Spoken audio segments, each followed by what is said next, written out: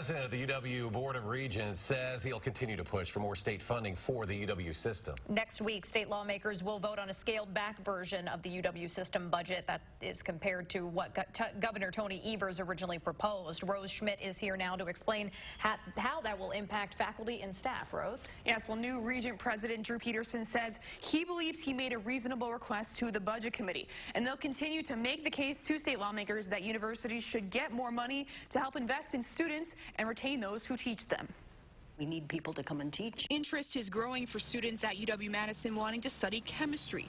But Department Chair Professor Judith Burston says the pool of faculty members to pick from isn't getting any larger. There was a roughly 20-year period where very few people left our department.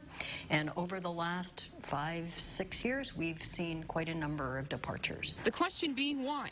She says each case is different, but much of it comes back to this. Our salaries are not competitive. The Republican-controlled State Budget Committee approved about $69 million less for the UW system than Democratic Governor Tony Evers asked for, saying it spends too much.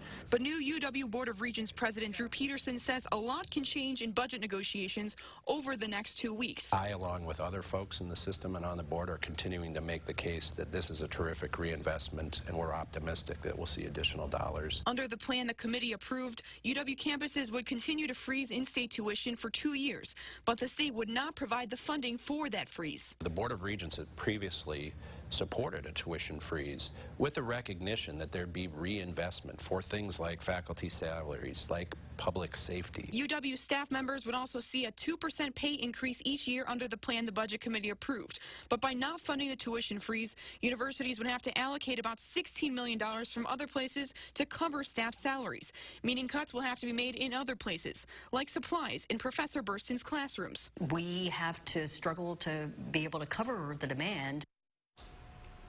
Petersen says the Board of Regents is happy about the $1.1 billion proposed for university building projects, including $78 million to renovate Camp Randall and $48 million to renovate the Cole Center. The State Assembly will vote on the budget next Tuesday, with the State Senate following a few days later. All right, Rose, thank you for the update.